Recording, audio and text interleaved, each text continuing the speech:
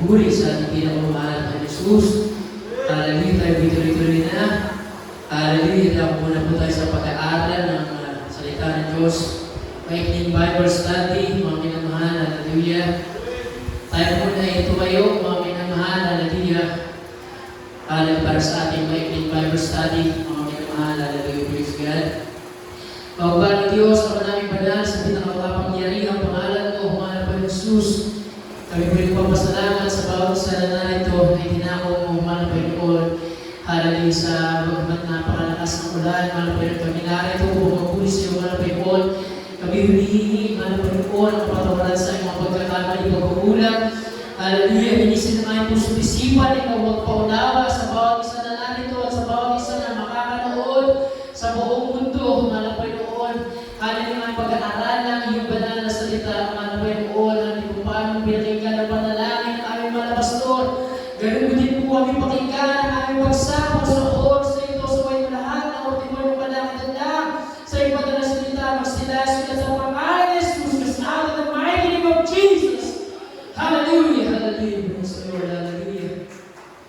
Hallelujah, nung nakaraang linggo, mga minamahal, hallelujah, ibinuot natin, mga minamahal, yung ating doktrina. Ito po ay mainit na tinatalakay sa social media, pinag-uusapan, pinagtatalunan, pinagdedebatihan ng mga magagaling na pastor, mga minamahal. At ang iba pa nga, yung mga bata na pastor, mga kaidaran ko lang, mga minamahal, mga nagsisilitaw ng mga bagong guro, puno, tagapagturo, puno ng salita ng Diyos, ngunit wala sa katotohanan. Mga minamahal, dahil anong gawing pagtatalo, mga minamahal? Hallelujah! Kung wala ang Diyos, ilan ang persona ng Diyos? Ano ang Diyos, mga minamahal? Kung wala naman sa kanilang iglesia na makikita mo, tatanungin mo sa kanila, sa iyong pangangaral ng tatlong persona ay meron ng bagong buhay. Meron ng buhay na nagbago.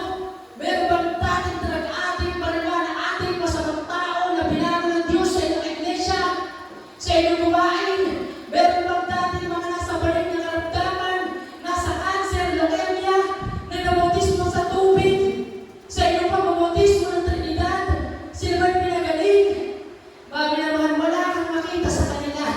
Mga minamahal, ngunit dito, ipinangaral ng ating mga pastor, manood mo sa YouTube, one true God. Ang pangalan ay ating mahal na Panginoong Jesus. Palapakan natin ang mahal na Panginoon. Alam niyo bakit? Nagulat niya kami. Bigla na lang silang lumitaw muli. Alam niyo, napakaraming panilang hallelujah. Mga minamahal na pinagsasabi na wala sa Biblia. Isipin niyo, kung magbigay sila ng halimbawa, iaanin tulad nila ang Diyos sa itlog. Kaya yung mga utak nila, mga bugok, mga minamahal, iaanin tulad ba naman ang Diyos sa itlog? Yung Diyos daw, parang itlog, may eggshell, may egg yolk, may egg white. Tapos meron naman ang paliwanag, ang Diyos daw ay parang kape, na 3-in-1. Asukal, kape, at creamer. Nasa Biblia ba yung mga halimbawa na yan? Mga minamahal, hallelujah, sabi nga ni Apostol Pablo, pag may nangaral sa inyo, na iba sa akin pinapangaral, kahit anghel, ay huwag niyong paniwalaan. E bakit yung mga nangaral na yan? Mga minamahal, kaya napakahalaga talaga na alam natin ang banal na salita ng Diyos. Ito lamang yung ating naihanda. So, dinami-rami na kinakailangan pag-ituro at i-aral sa bawat isa. Dahil hindi naman lahat naabutan ng ating mga magulang sa Panginoon. Kinakailangan natin magsumikap. Bago tayo dumako dyan, mga minamahal. Hallelujah. Bagitin ko lang, yung pinagin ko ng Friday. The apostasy. A-P-O-S-T-A-S-Y. Ito po ang panahon, mga minamahal, na tayo magpakainit na. Alam nyo, meron na namang hidden agenda. Mga conspiracy theory na ating mamamalitaan. So sinasabi nila magkakaroon na naman ng COVID next year. Magkakaroon na naman ng ID. Mga minamahal na malawakan. Hallelujah, kaya napakalapit na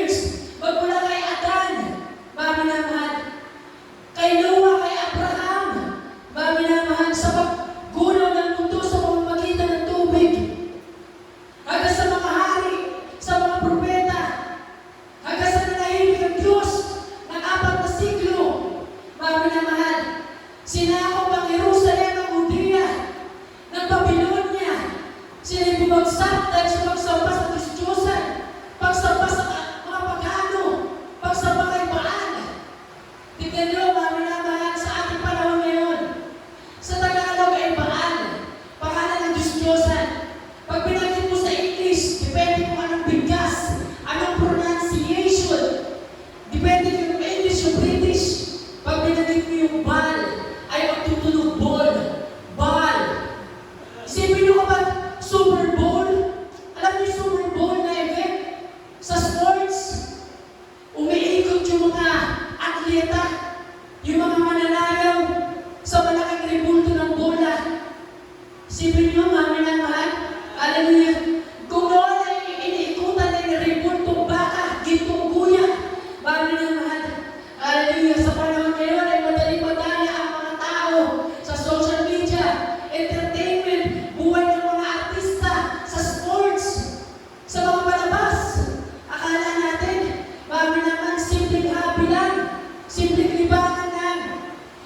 Pero dyan na pumapasok ang gawa ng kaaway para mag-hook, para mabitag ang mga tao.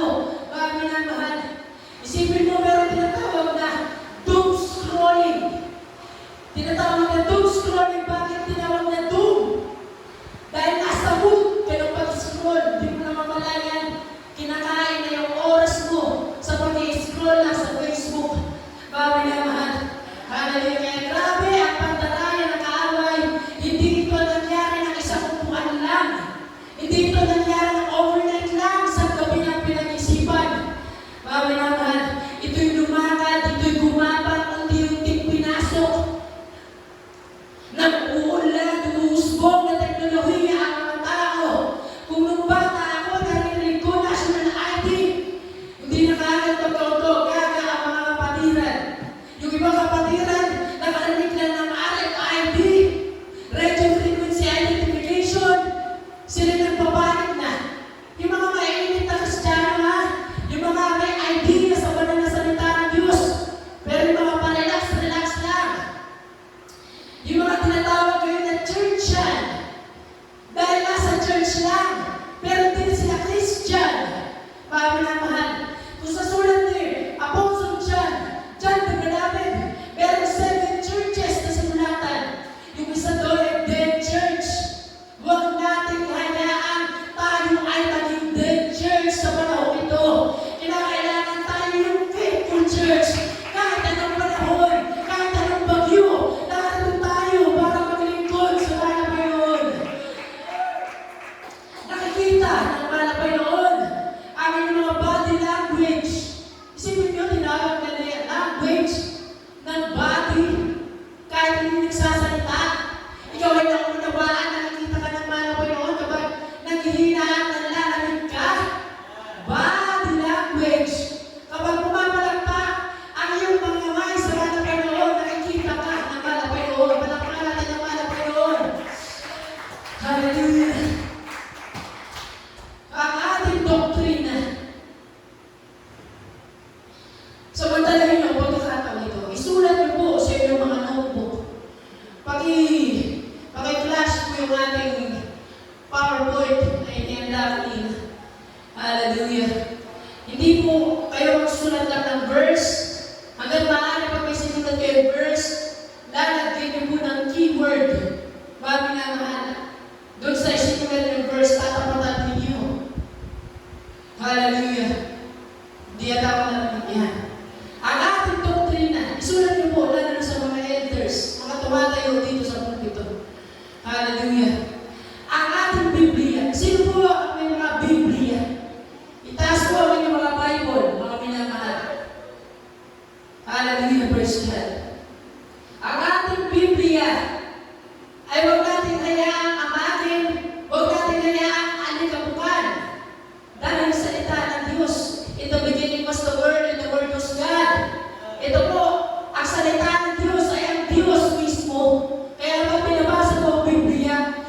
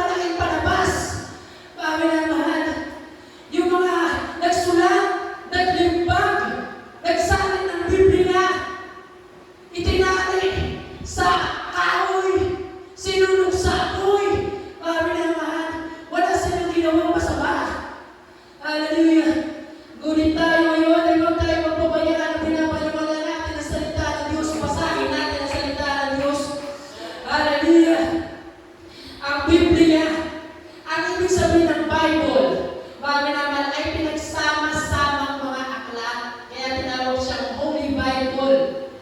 At yung mga salita ng Diyos, mga isinulat ng mga propeta, ng mga hari, isinulat ng mga alagad, isinulat ni Apostol Pablo. Ito ba yung buong libro? Nung tinawag na, halimbawa, sulat sa mga taga-Efeso, buong libro po yan. Wala pang kabanata, wala pang hati ng mga bersikulo. Kaya kapag binabasa ito doon, binabasa nila yung buong sulat. Kaya kapag may binakit si Apostol Pablo, patungkol sa mga manginginom, maglalasing, hahanapin pa nila yung phrase na yun. Hanggang lumipas ng panahon, may mga ginamit ang Diyos para hati-hatiin. Hatiin sa kabanata, hatiin sa bersikulo, sa mga bagong ira na, sa panahon natin ngayon, para madaling hanapin. Palakpan natin naman ang Panginoon. Hallelujah, praise God. Ito ba ang Biblia na ating ginagamit? King James Version. Kapag meron kang King James Version, mababasa mo dito, bagay na mahal. Buksan niyo po yung mga Biblia ninyo. Ang sabi dito, pagkatapos na lumulok sa trono si King James the First, kaya siya tinawag na King James. Hindi si King James ang sumulat. Kumbaga siya lang yung nag-aproba, bagay na mahal, ng version na ito, kaya tinawag na King James Version. Halimbawa sa ating panahon ngayon, iba-iba ang gumagawa ng batas. Iba-ibang senador na matatalino. Hindi kasama si Robin. Bagay na mahal. Hallelujah! Sila yung gumagawa ng batas. Pipirmahan ngayon ng presidente. Bagay na mahal. Kaya kailangan natin ay batas to ni Duterte, batas to ni Marcos. Pero hindi. Bagay na mahal. Ganon din po dito sa King James. Hindi si Harry James ang sumulat. Bagay na mahal. Bagkus siya ang nag-aproba. Sabi dito, pinatawag niya ang mga pinuno ng iglesia sa Hampton Court upang pag-usapan ng mga bagay tungkol sa iglesia. Ang naging resulta ng pulo ay isang resolusyon. Ito, resolusyon, batas. Magkaroon ng salin ng buong Biblia, nakaayon ng orihinal na Hebreo at Greko. Ito ay ihanda at ilimbag na walang dagdag na tala, walang dagdag. At gagamitin lamang sa lahat ng iglesia ng Inglaterra sa panahon ng pananampahan ng Diyos. So ito yung ordinansa. Ito yung resolusyon na ipinasa ng King James I. Gagamitin lang sa Inglaterra, sa England, sa panahon, sa oras ng pagsamba. Hindi kagaya ngayon, sa panahon natin ngayon, maaari natin basahin anytime, kahit anong oras, kahit saan lugar, ang Biblia. Noong panahon noon, napakahigpit. Walang pwede magbasa ng Biblia. Yung mga authorized lang, marami naman. Pero sa panahon natin ngayon, kahit sino pwede na magbasa ng Biblia. Ang resolusyon ito, pagkalintaan sa pagladhana ng King James Version noong 1611 na magiging pinakamatagumpay sa lahat ng salita ng Biblia sa Ingles. Ang KJV ay kinalaring bilang authorized version. Palakpakan din naman ang Panginoon. Kaya ito po ang ginagamit ng ating mahal na pastor.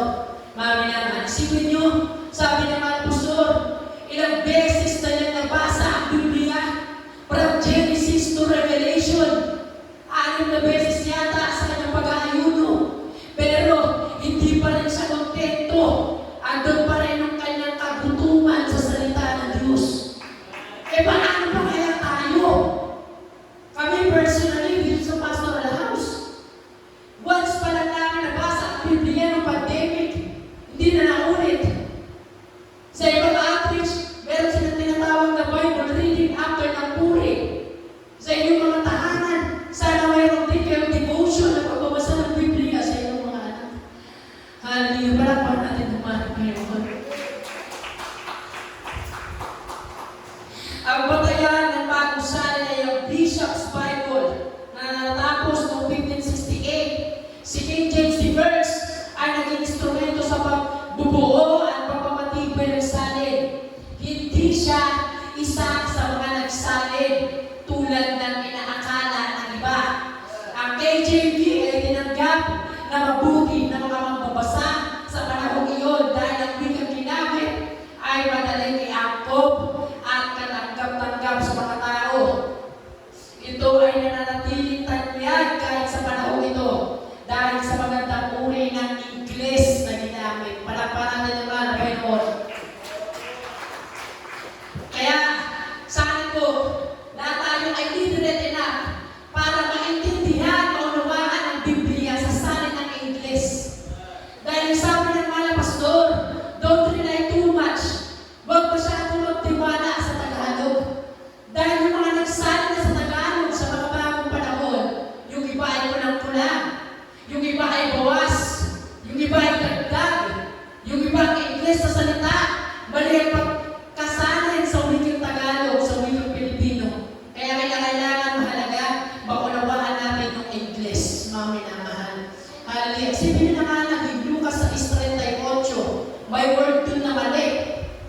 for the sake. Mali, di ba? Mami naman. Kaya kailangan matutunan tayo magbasa ng diglot. Ito po yung diglot na tinatawag. Hallelujah, ay English Tagalog. Mami na mahal. Hallelujah, magkaroon tayo ng Bible. Sikapin natin. Palapahan natin ng mahal kayo. Ito ay inspirado sa salita ng Diyos na nagbibigay ng totoong kasaysayan ng paglikha ng langit, lupa, at sa katauhan at nilalaman ang tumpak na propesiya ng naganap, nagaganap, at magaganap pa lamang. Sabi mga minamahal, hallelujah, the Bible is the inspired Word of God, giving a true history, kasaysayan of the creation of heaven and earth, humanity, and containing a correct prophecy of the ages to come regarding heaven, earth, and the destiny of humanity. Hallelujah! Magaganap pa lamang sa lahat ng panahon patungkol sa langit, sa lupa, at sa kapalaran ng sangkatauhan. Hallelujah!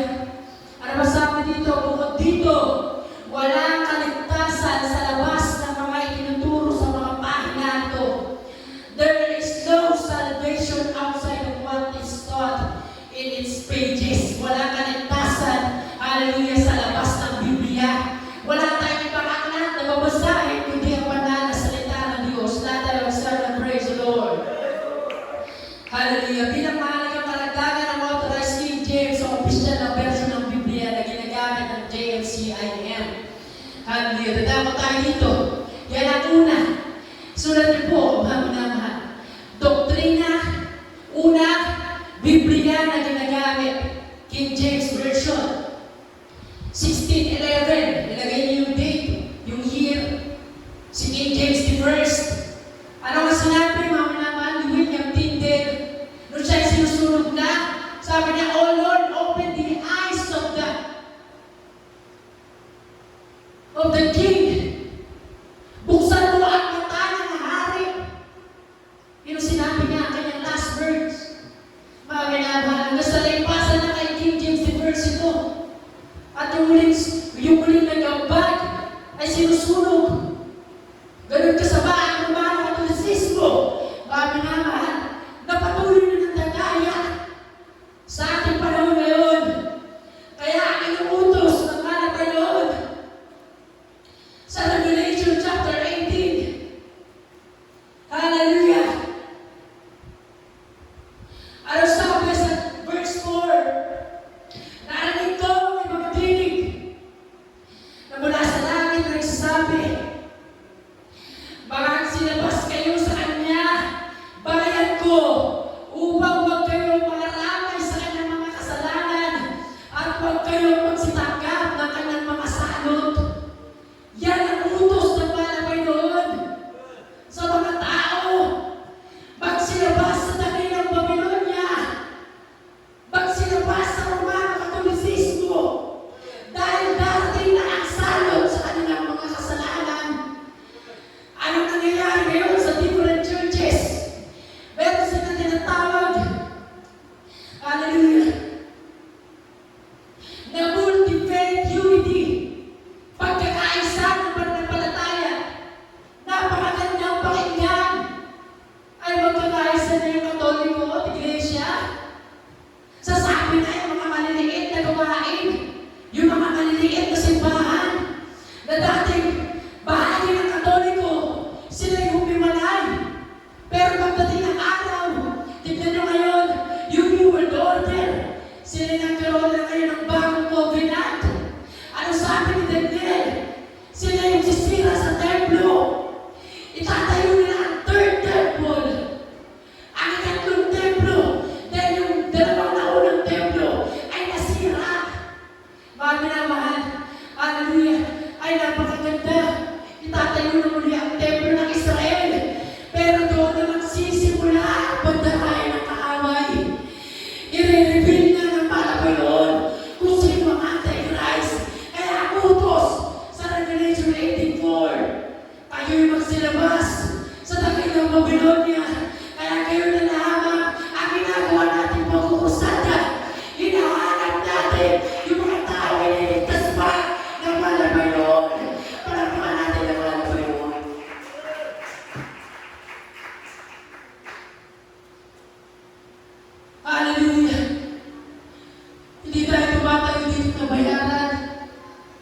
ayoko tumayo dito kasi ang hirap eh.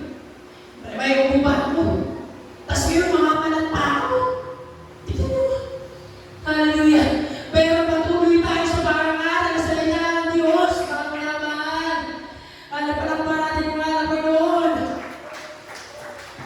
Hallelujah. Pangalawa, sa ating doktrina, lagay nyo, mayroon lang ang isang Diyos. Deuteronomio 6:4. Isulat po ninyo, mga minamahal. Siya ang may likha ng langit at lupa at lahat ng nabubuhay. Nagpahayag siya sa sangkatauhan bilang Ama. He is the Creator, panlilikha. Nagpahayag bilang Anak, tagapagligtas, Savior, at bilang Espiritu Santo, nananahang Espiritu. Palaparan natin ang mahal na Panginoon. Hallelujah. Sulat yung Deuteronomio 6:4, iisang Diyos. Mga minamahal. Hallelujah. Yung ginawa natin PowerPoint kanina. Pangatlo, yung una, Biblia. Pangalawa, isang Diyos. Pangatlo, sa ating topic, ang Ama. Ano sabi? 1:4-23-24. Ang Diyos sa Espiritu, hindi nakikita, ngunit nararamdaman. Siya ang walang hanggang nag-iisa, ang manlilikha sa lahat ng bagay. Hallelujah. Ang Ama ng sangkatauhan sa pagkalikha. Palakpakan natin ang mahal na Panginoon. Ang Ama, ang Espiritu Santo, ang likha ng daigdig ng lahat. Panginoon, siya ang una at huli. Maliban sa Kanya ay walang Diyos. Isaiah 44:6. Walang Diyos na nilikha bago siya. Ni walang nilikha ang Diyos pagkatapos niya. Isaiah 43:10. Hallelujah. Palakpakan natin ang mahal na Panginoon. Huwag tayong pumapagod, pumalakpak sa mahal na Panginoon. Wala tayong pinapalakpakan, hindi ang mahal na Panginoon Jesus. Hallelujah. Praise the Lord. Yan. Una, Biblia. Pangalawa, nag-iisang Diyos. Pangatlo, sa ating topic, ang Ama. Yan ang mga verses. Kopyahin po ninyo.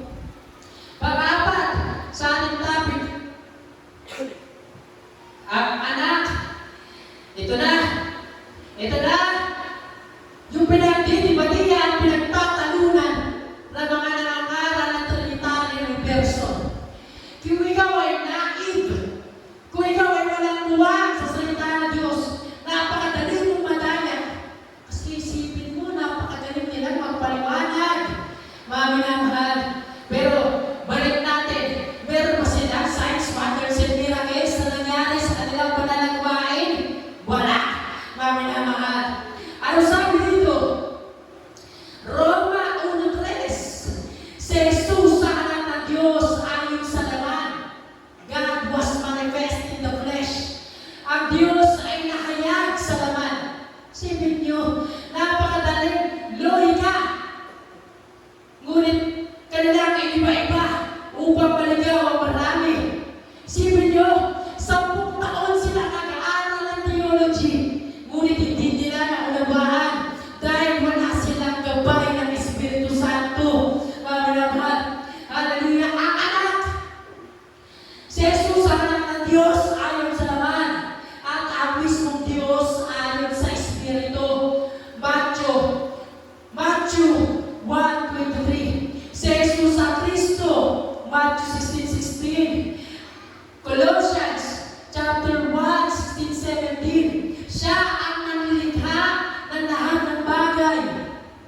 Matthew 1:23. Ang Diyos ay nasa atin. John 1:1-14. Ang Diyos ay nagkatawang tao. 1 Timothy 3:16. Hallelujah. Ang Diyos ay nahayag sa laman. Revelation chapter 1:8. Siya noon nga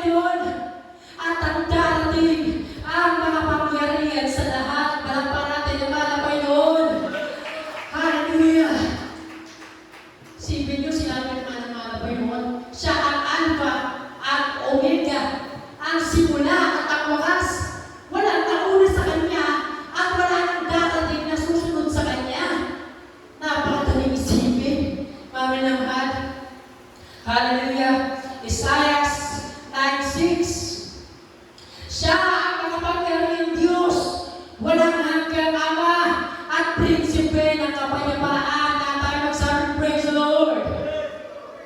Hallelujah. Ano magsabi?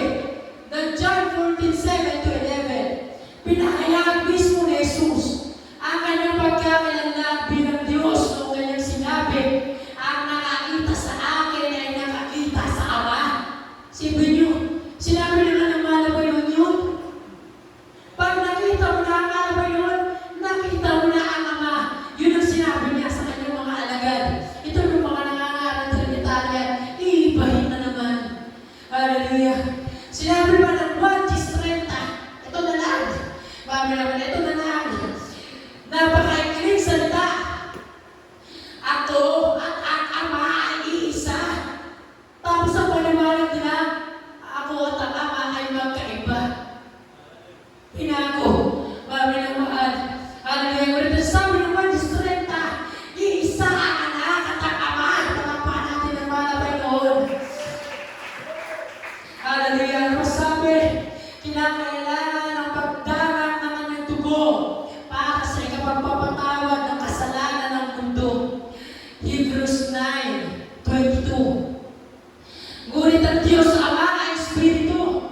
Walang dugo upang itigis. Kaya inihanda niya ang isang katawang laman at dugo. Hebreo 10:5. At bumaba sa lupa bilang tao upang tayo ligtas.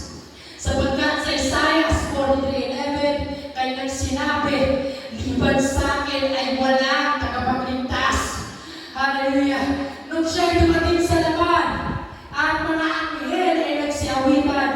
Lucas 2:11. Ano sabi? Sapagkat pinanganak sa inyo ngayon sa bayan ni David ang isang tagapagligtas na siya ang Kristo, ang Panginoon. Palampakan natin ang mga Panginoon. Hallelujah. Para sa araw na ito, pahuling topic natin, maminamahal. Panglima, Espiritu Santo. Hindi ka natin nabasa yung mga versikulo. Hallelujah. Napakahaba po nito. Kulang ang 2 o 3 oras kung tuloy-tuloy. Naipapangaral na ito eh. Panaipapangaral natin ito. Ngunit pagkasya natin sa 30 minutes. Hallelujah. Panglima, Espiritu Santo. Sulat niyo po yung mga versikulo. Ang Espiritu Santo ay hindi pangatlong persona ng Diyos. Bagkus ang Espiritu ng Diyos ang nanlikha. Ang Espiritu ng Kristo na buhay na mabuli. Ang Espiritu Santo ay dumarating upang manahan sa mga puso at buhay ng bawat sumasampalataya at tumatalima sa Ebanghelyo. Taga-aliw, nagpapanatili at tagapag-iingat. Palampalan natin ang mga Panginoon. Hallelujah. Lahat tayo magsabi, praise the Lord. Hallelujah. Po nakasulat sa 1:14-16 hanggang 26. At Roma 8:9 hanggang 11. Mga minamahal, yan ang ating tandaan. Yan ang ating doktrina. Iisa lamang ang Diyos. Walang ibang pangalan sa silong ng langit na sukat natin ikaligtas, kundi sa pangalan lamang ng ating pinakamamahal na Panginoong Jesus. Hallelujah. Palampalan natin ang mga Panginoon. Hallelujah. Lahat tayo magsabi, praise the Lord. Alam niyo, mga minamahal, ang nangyayari ngayon sa libutan, the apostasy. Ibig sabihin ng apostasy ay pagtalikod. Backsliding spirits. Isipin nyo tumayo na dito. Umamit na. Nagpatotoo na. Umiyak na sa banal na presensya. Tumatalikod pa rin. Nag-duty na sa gawain.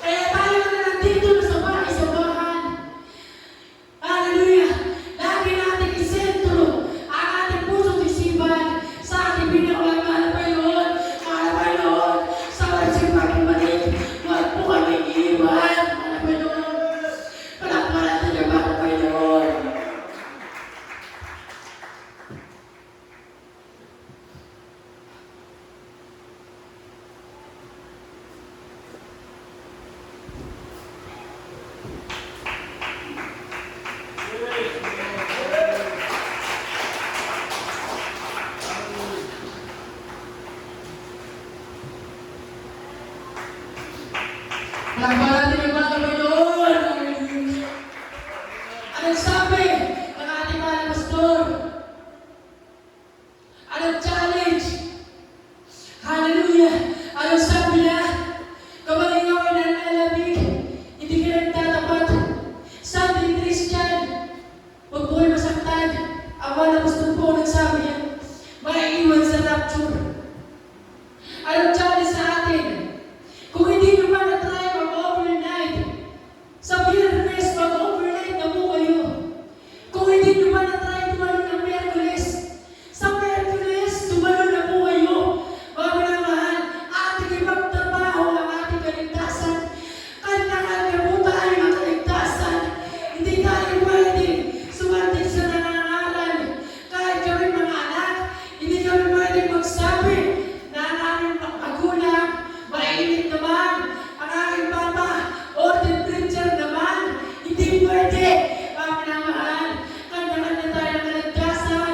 Kailangan ipagtrabaho natin ang ating kaligtasan. Palakpakan natin ang mga Panginoon. Apostasy, pagtalikod, yan po ay darating sa banal na gawain. Ano sabi ni Apostol Pedro? Liligligin. Alam niyo yung liligligin? Mga minamahal, maraming mahuhulog. Kumbaga sa bigas, mahulog yung mga iba, yung mga palay. Minsan, meron pang bigas na nasasama. Darating ang ligligan sa banal na gawain. At ang matitira lamang ay mga magtitiis sa banal na gawain.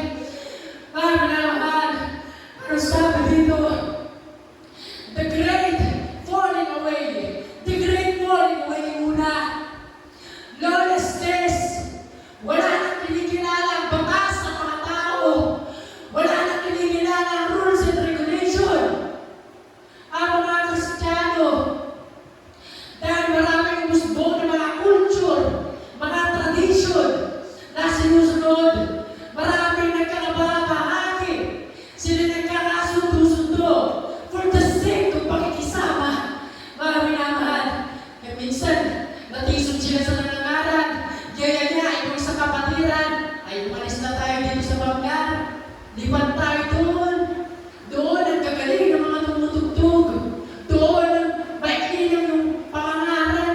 Madali lang tayo makakawin. Hindi tayo gagabihin. Yan, kami na mahal. Lawlessness, kawalan na ng takot sa Diyos. Pangalawa, false gospels, mga peking ebanghelyo, false Christ, mga peking Kristo, corrupt churches.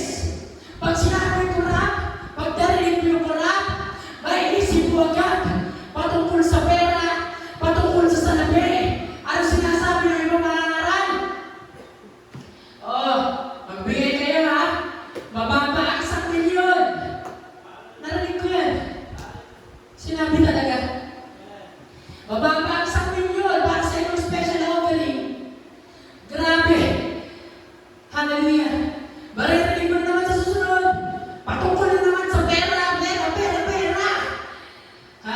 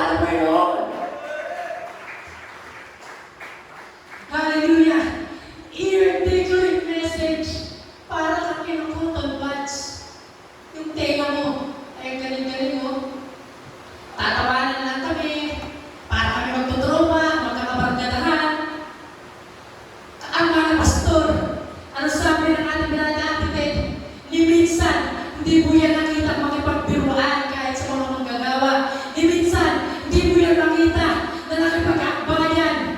Dahil siya ay pastor, propeta, evangelista, napakataas na level na binigay, inihatag sa kanyang balikat. Hindi mo siya kabiruan. Hindi mo siya katawanan lang. Minamahal, kaya ang nangangaral ng banal na salita ng Diyos, kinakailangan palaging seryoso sa paglilingkod sa malabayon. Palakpan natin ang malabayon. Ear-tickling message versus ear-itching. Yung isa tickling, yung isa naman itching, ang katinin ng tenga. Nakakatinin ng tenga, ang barman yan si Brother Chacha, ang haba, puro sigaw. Hallelujah. Ear-itching. Nakakatinin ng tenga sa pakikinig. Ayaw nang makinig. Ano ba naman si Brother Chacha, sana, hindi na ako tuwalo. Sana si ano na lang nag-preach. Pamilamahal, ear-tickling versus ear-itching. Pamilamahal. Ano ba? Sa ibang bansa, ito yung naghanap. Ewan ko lang dito sa bansa natin kung meron. Yoga and witchcraft in church. Siyempre sa loob ng simbahan, yung mga pare, yung mga sakristan, nagtitiktok. Kung pala ng simbahan, hindi nila naisip, hindi nila gagawin at tatawanan ng simbahan. Ngunit wala kasi sa kanila kabanalan. Kaya nga dito sa ating mga gawain, pinapanatili natin yung ating pulpito, yung ating tinatayuan na nasa kabanalan. Palapan natin yung malabayon. Huling tatlo, false apostles and prophets. Second to last, true Christians hated. Kinamumuhian ang mga tunay na Kristiyano. Inuusig, inaanimura, tinatawanan, inaanipusta, ibinababa. Kung lahat yan ay naranasan nila, ikaw ay tunay na Kristiyano. Palakpan natin ang palakpan noon. Ano sabi? Mabanat ang inuusig sapagkat sa kanila ang kaharian ng Diyos. Palakpan natin ang palakpan noon. Kaya, kung hindi mo ba naranasan usigin, hindi ka paganap, hindi ka tunay na Kristiyano, dahil sa iyong pananampalataya, kinakailangan maranasan mo yan. Dahil sa pananampalataya noon, makipot, makitid, ang daan patungong langit, ngunit ang dulo ay buhay na walang hanggan. Ang isang daan, malawak, walang rules, walang batas na kailangan sundin, ngunit ang dulo ay kapahamakan. Hallelujah. Isipin mo ngayon, kung nasaan daan kayo, hallelujah, dalawa lamang ang pagpipilian ng tao. Langit at impyerno. Iisa lang ang pupuntahan. Langit o impyerno. Ulitin ko dalawa ang pagpipilian. Langit at impyerno. Ngunit iisa lang ang pupuntahan. Langit o impyerno. Yung nauna, langit at impyerno na dalawang pagpipilian. Langit at impyerno at ang ginamit. Sa pangalawa, langit o ang ginamit o impyerno. Iisa lang ang pupuntahan ng tao. Ngayon, mamimigay kung saan ka dapat pumunta. Ngayon, wala kaming ibang pintuan na binibigay. Wala kaming ibang daan na binibigay. Kundi ang daan, ang ating mahal na Panginoon. Jesus is the way, the truth, and the life. Palapalan natin mahal na Panginoon. Hallelujah. Nabanggit ko na kanina, multi-faith unity. Yung Revelation chapter 18 verse 4. Hallelujah. Kaya nga, ang Jesus Miracle Crusade International Ministry,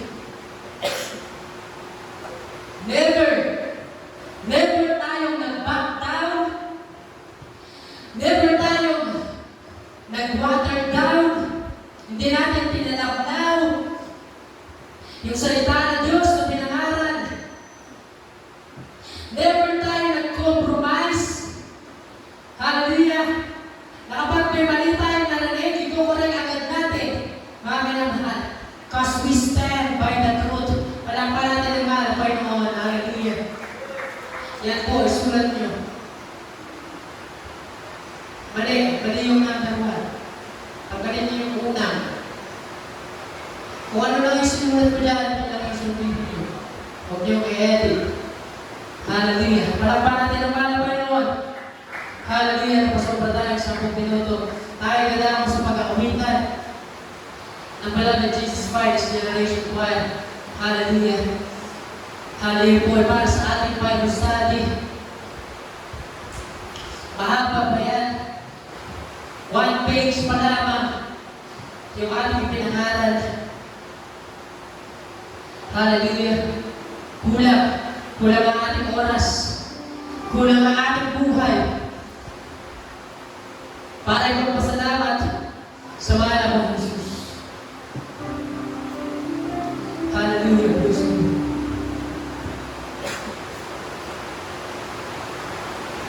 Hallelujah. Meron sa kapatiran nung linggo, grabe ang lungkot ko para sa kanya. Dahil nararamdaman ko yung nararamdaman niya. Naranasan ko yung naranasan niya. Siya'y dumaraan sa depression o kalungkutan. Kaya pagdating ko agad ng linggo sa babae, niyakap ko agad siya. Sabi ko, Brad, ano ba kasi nangyayari sa'yo? Hindi naman kita pwede i-chat. Sabi ko, pag may problema na, pupunta ka lang sa pastoral house at doon kami, nagpupuri na nanalangin, sumama ka sa amin. Walang mabigat na problema. Naintingkayang malaking ng kalabag noon. Kapag inalagan mo lang ang kanyang tiwala sa kanya. Nakakalungkot yan. Dahil kapag ang isang Kristyano, naging problemado, minsan, hindi niya nagiging takbuhan ng Diyos. Minsan, tumatakbo siya patayo sa Diyos. Bis na mas lumapit pa sa mga Panginoon. Hallelujah. Kaya nakakalungkot kapag merong kapatiran dito na hindi natin nakikita. Kamusta na kaya siya? Bakit siya hindi nakadalo? Yan ang ating iniisip. Hallelujah. Lagi natin ipanalangin ang ating mga kapatid sa mga Panginoon Jesus. Hallelujah. Kung itinataas natin ang mga Panginoon, yung ating kapatid na kasama natin na nalulungkot, tulungan din natin itaas. Kami naman, palapan natin ang mga Panginoon. Hallelujah. Ngayon wala siya. Panalangin natin yung mga wala ngayon. Dito lang tayo makakakita ng genuine, tunay na pag-ibig, pagmamahal sa kapatid na ayaw natin mawalay o mahamak ang kahit iisa sa atin. Ayaw natin maiwan ang kahit isa sa atin sa pagbabalik ng mahal Panginoon. Tayo lahat ay tumayo o mga minamahal. Samahan natin ang beloved Jesus Christ, Generation 1, para sa pagpupuli.